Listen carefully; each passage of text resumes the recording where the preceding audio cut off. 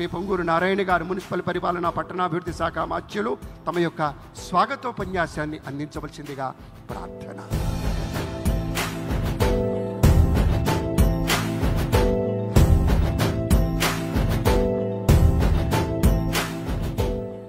పదేళ్ల క్రితం అమరావతి రాజధాని ప్రధానమంత్రి నరేంద్ర మోడీ గారి చేతుల మీదుగానే పురుడు పోసుకుంది.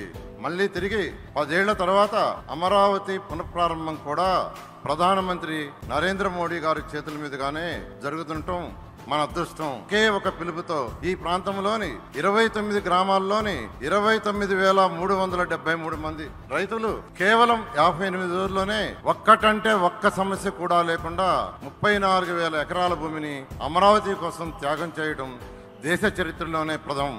రైతులు చేసిన త్యాగం వెలగట్టలేనిది. అమరావతి కోసం ఎన్నో త్యాగాలు చేసిన రైతులందరికీ మరొకసారి నా పాదాభినందనాలు. అధికారంలోకి వస్తే అమరావతిని పూర్తి చేస్తామని కూటమి పార్టీల తరపున ఎన్నికల ముందు చెప్పాం. ప్రధానమంత్రి గారి ఆశీస్సులతో ముఖ్యమంత్రి చంద్రబాబు నాయుడు గారి సారథ్యంలో 3 ఏళ్లలో అమరావతి నిర్మాణ పనులు పూర్తి చేశారా పక్కా ప్రణాళికతో ముందుకెళ్తున్నాం.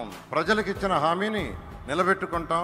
తరతరాలు గర్వపడేలా ప్రజా రాజధాని నిర్మిస్తాం. ధన్యవాదాలు. జై హింద్, జై అమరావతి, జై ఆంధ్రప్రదేశ్.